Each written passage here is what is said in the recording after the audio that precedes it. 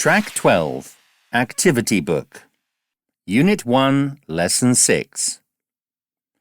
Listen and read about India. Here is a map of India, and you can see the Taj Mahal. India is in Asia. It is a very big country, and it has the second biggest population in the world. The capital of India is New Delhi, but the biggest city is Mumbai. People in India speak many different languages, like Hindi, Tamil, and Urdu. Lots of people speak English too. The national symbol of India is the tiger.